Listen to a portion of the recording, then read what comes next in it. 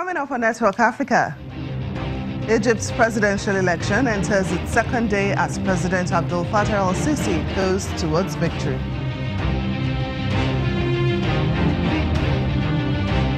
South Africa's former president Jacob Zuma to challenge corruption charges in court.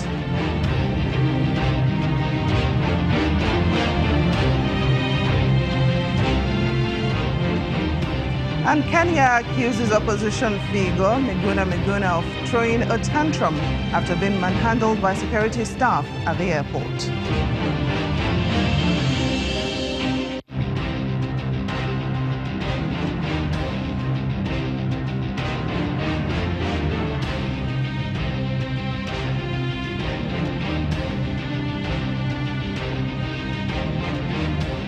Hello and welcome to the program. I'm Temitope Fagbemi. We begin today in North Africa, where Egyptians have been voting on the second day of presidential election, which incumbent President Abdel Fattah el-Sisi is expected to win.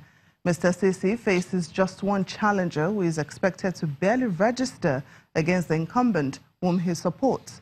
Critics have slammed the election as a charade after more serious challengers were forced to step down. However, Egyptian authorities hope that 3 days of voting will be enough to produce a decent turnout for President Sisi. The president still has many supporters, but his austerity measures in recent years and a fierce crackdown on security have eroded some support. Mr. Alan Zagbaka, a lawyer and African affairs analyst, joins us live in the studio to further discuss this issue.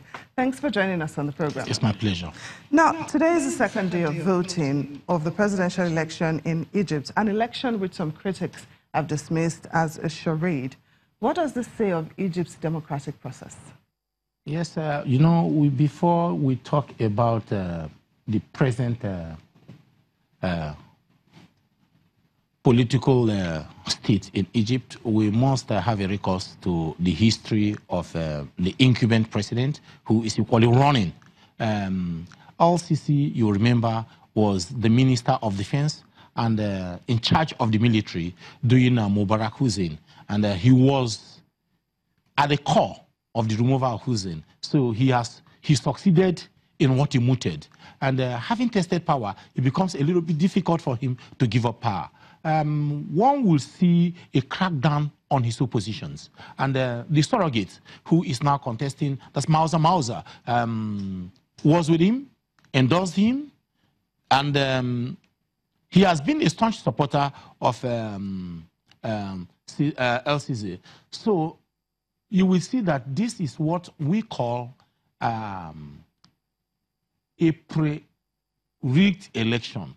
That is rigging election before the election, because there are 3 stages of rigging election. One is manipulating the system, the structural design of the electoral process to suit yourself before election. That is pre-election rigging. Then during the election too, you manipulate the officials, cut away ballot boxes, stuff ballot boxes, mutilate, alterate, or whatever on thereafter. That is post-election rigging now comes in. That's where you now use the electoral officers to inflate numbers and people who were not eligible to vote, and you find a way of bringing them in. Now, but what we have here is pre-election rigging, because pre-election rigging is election that is not fair. In the circumstance where you intimidate your political adversaries, you bring a sex videotape and you show to somebody, and then you remember that 20 years ago, somebody was involved in one crime or the other, or one fraudulent scandal, and you confront the person. Then you see that it's not a free and fair election, because the surrogate, who is the only running mate, obviously will submit to him. So there is, in real sense of it, there is no actual election in Egypt. But what we have is election. And that election is self-anointed selection, because it's El-Sisi that has selected himself, because he has now manipulated the system to suit himself alone.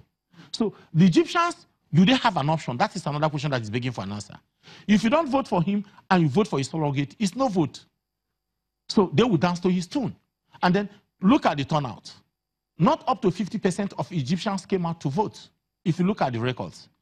Then who is he going to govern? Is it the ones that did not vote, or the ones that sat back because the system has manipulated to their detriment? So you see, what we as Africans are doing is to hold and sit tight to power. It's really unfortunate. A situation where you rule with the barrel of the gun and then you go back again and then you change your uniform. Exactly. From the uniform and then now maybe either you wear agbada or you wear toga or whatever.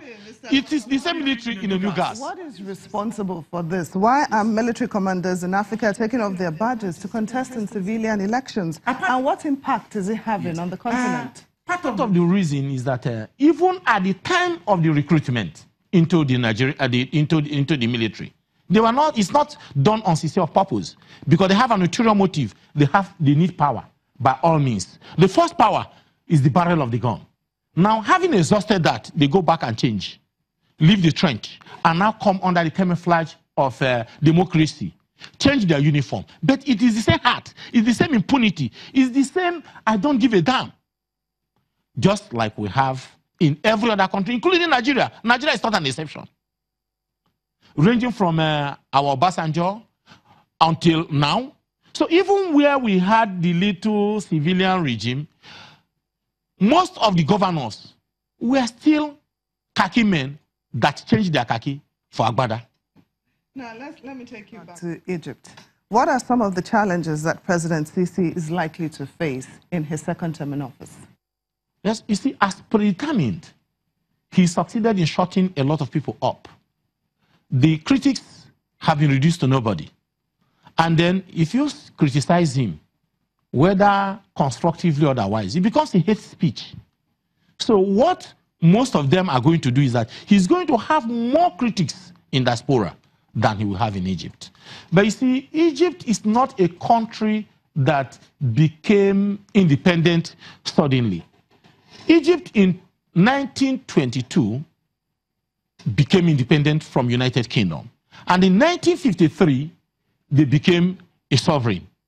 Now, calculating from 1953, you will see because it's dominated by Muslims, it looks as if it's their leftist.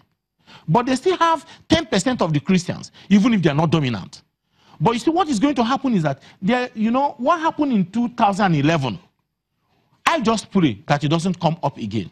Even though he's been able to stuff the muzzle and the nozzles of the guns of his generals that he left in the trenches, I just hope that they don't have enough gunpowder again to wake it up. Sir Alan Zagaka, thank you so much for joining us on Network Africa.